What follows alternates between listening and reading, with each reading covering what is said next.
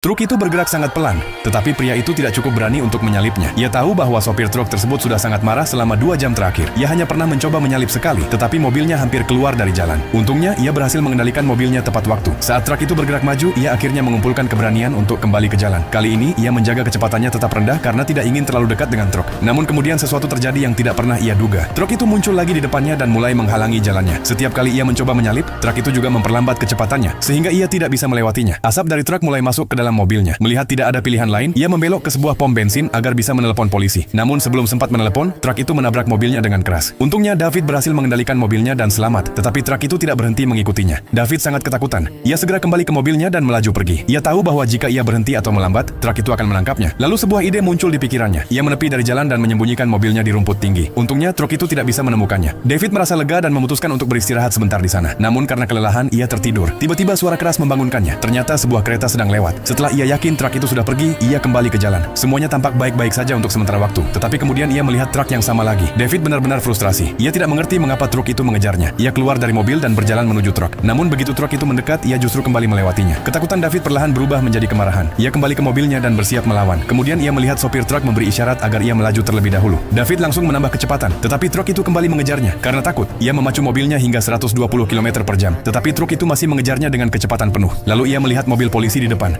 David segera meminta bantuan, tetapi truk itu hampir menabrak mobil polisi. Tidak ada pilihan lain. David harus terus melaju. Saat ia melaju, ia sampai di persimpangan jalan. Tanpa berpikir panjang, ia mengambil jalur kedua. Mungkin ini satu-satunya kesempatan terakhirnya. Seperti yang ia harapkan, truk itu tidak bisa mendaki jalan menanjak dengan cepat. Sedikit kelegaan muncul di wajah David, tetapi kemudian mobilnya mulai bermasalah. Kecepatannya menurun dan ketakutannya kembali muncul. Ia mengira truk itu akan menangkapnya sekarang. Lalu ia melihat jalan menurun yang panjang di depan. Ia memanfaatkannya untuk melaju kencang, tetapi pada akhirnya mobilnya kehilangan kendali dan menabrak gunung. Dalam situasi sulit itu, David berhasil menyalakan mobilnya lagi dan menuju puncak gunung. Namun ketika ia sampai di atas, ia melihat tidak ada jalan lagi di depan. Tempat itu benar-benar tertutup. Harapan terakhirnya hilang. Lalu sebuah ide terakhir muncul di pikirannya. Ia menginjak pedal gas penuh dengan bantuan sebuah tas. Kemudian tepat sebelum tabrakan, ia membuka pintu mobil dan melompat keluar. Ia ingin menyelamatkan hidupnya dengan segala cara. Sopir truk ingin mobil David hancur total, tetapi ia tidak tahu bahwa di depan ada jurang yang sangat dalam. Itulah sebabnya David berhasil menyelamatkan hidupnya.